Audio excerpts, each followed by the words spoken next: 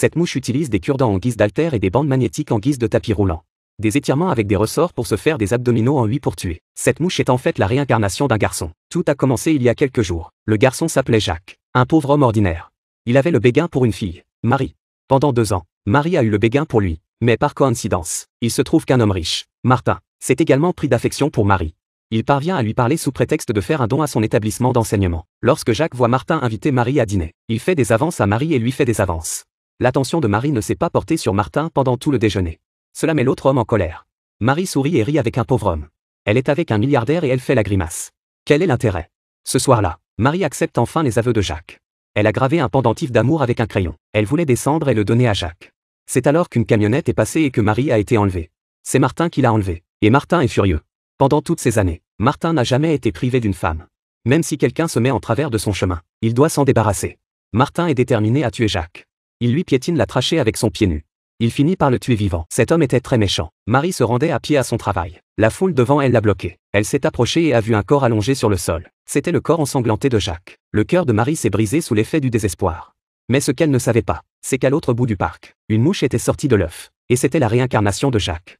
Avant que Jacques n'ait le temps d'accepter la réalité, l'eau s'est abattue sur lui. Il s'est retourné et a couru pour sauver sa vie et a réussi à s'échapper.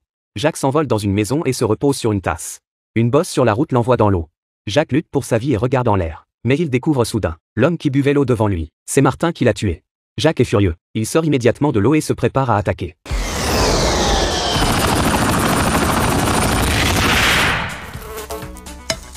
Il avait oublié qu'un humain est un bâtiment impénétrable pour une mouche. Jacques n'a d'autre choix que de remettre sa vengeance à plus tard. Il trouve Marie et vole devant elle. Il essaie d'attirer l'attention de Marie. Mais à ses yeux, il n'était qu'une mouche sur le mur. Et en peu de temps, Martin était à sa porte. Il essayait de faire oublier à Marie l'existence de Jacques. Mais c'en était trop pour Marie. Jacques était furieux de rester sur la touche. Comme il ne pouvait pas battre Martin, il utilisa son tour de mouche, la technique du chuchotement.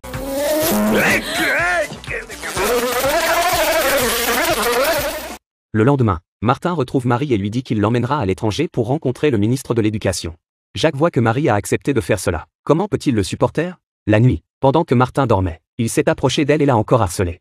Le pauvre Martin n'avait pas le choix. Il a passé la nuit à écraser les mouches. Il s'est finalement enveloppé dans une momie avant de réussir à se coucher. Il a fini par dormir trop longtemps le lendemain. Sur le chemin de l'aéroport, Jacques a recommencé à faire des bêtises. Il a heurté Martin en plein dans le globe oculaire.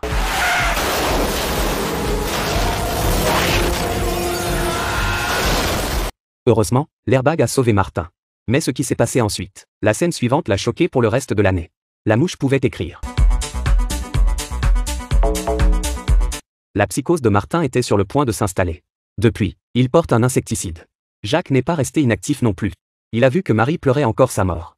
Quand les larmes sont tombées sur la table, il s'est immédiatement envolé et a écrit un message avec ses larmes. Je suis Jacques. Marie est déconcertée, mais elle s'est vite calmée, car Jacques ne pouvait pas parler. Mais par de simples gestes et des messages imagés. C'est ainsi que Marie apprend que Martin est à l'origine du meurtre. Marie est furieuse. Elle décide d'unir ses forces à celles de Jacques pour s'occuper de ce méchant. La première étape consiste à fabriquer l'équipement de Jacques. Des lunettes et un masque à gaz sont indispensables. Fini la peur de l'insecticide. Ensuite, elle se muscle et se transforme en chasse-mouche. Il est temps de passer Martin à l'essoreuse. Jacques trouve bientôt un canon dans la maison de Martin. Il a trouvé un tube d'artillerie. Avec l'aide de Marie, il verse la poudre et attend le moment idéal pour tirer. Mais Martin a retenu la leçon et a remplacé les fenêtres de sa maison par des fenêtres complètement fermées. Il n'y avait plus de place à l'intérieur. Tout le monde doit passer un contrôle de sécurité à l'entrée. Jacques voit qu'il ne peut pas entrer. Alors il met Marie sur la sellette.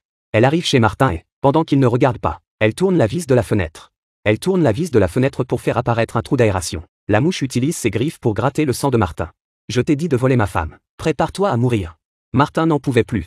Il alla voir un maître de sorcellerie et lui demanda de faire quelque chose pour lui. Le maître lui a révélé que la mouche était en réalité Jacques. Une fois la vérité révélée, Martin n'en pouvait plus. La maison était si fermée. Il doit y avoir un traître si Jacques est toujours dans la maison.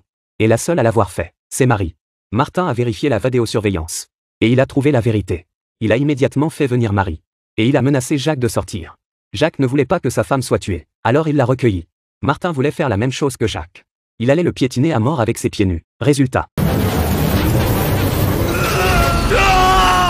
Le nid de l'ennemi est en désordre. Martin et ses hommes prennent les armes. Avec leurs imageurs, ils poursuivent Jacques. Jacques saisit l'occasion et lève son aiguille pour poignarder Martin. Mais il est pris par un aimant. Ses bras et ses jambes sont immobilisés par l'aiguille. Martin l'a enfin rattrapé après tout ce temps. Jacques va mourir. Puis Martin a attrapé Marie. Il a torturé Jacques devant lui. L'une des ailes de Jacques a été coupée et il a été poignardé à la main droite. Il a été poignardé sur le côté gauche de sa poitrine. Il ne pouvait pas crier. Mais que pouvait-il faire maintenant? Jacques regarda immédiatement autour de lui. Il vit le canon devant lui. Il était dirigé vers Martin. Et il y avait de la poudre sur la table. Il fait ses derniers adieux à Marie. Il se couvre ensuite de poudre. Il ne manquait plus que le feu. Qui savait que Martin voulait brûler Jacques à mort? Il demande à ses hommes d'envoyer un feu. Et enfin Jacques, couvert de poudre à canon. Il se précipite vers le feu et vole vers le canon. Une fois de plus, il a donné sa vie pour protéger son amant.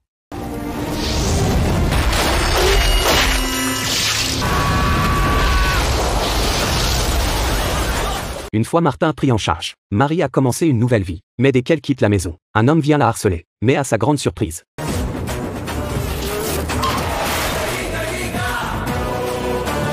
Jacques est de nouveau vivant.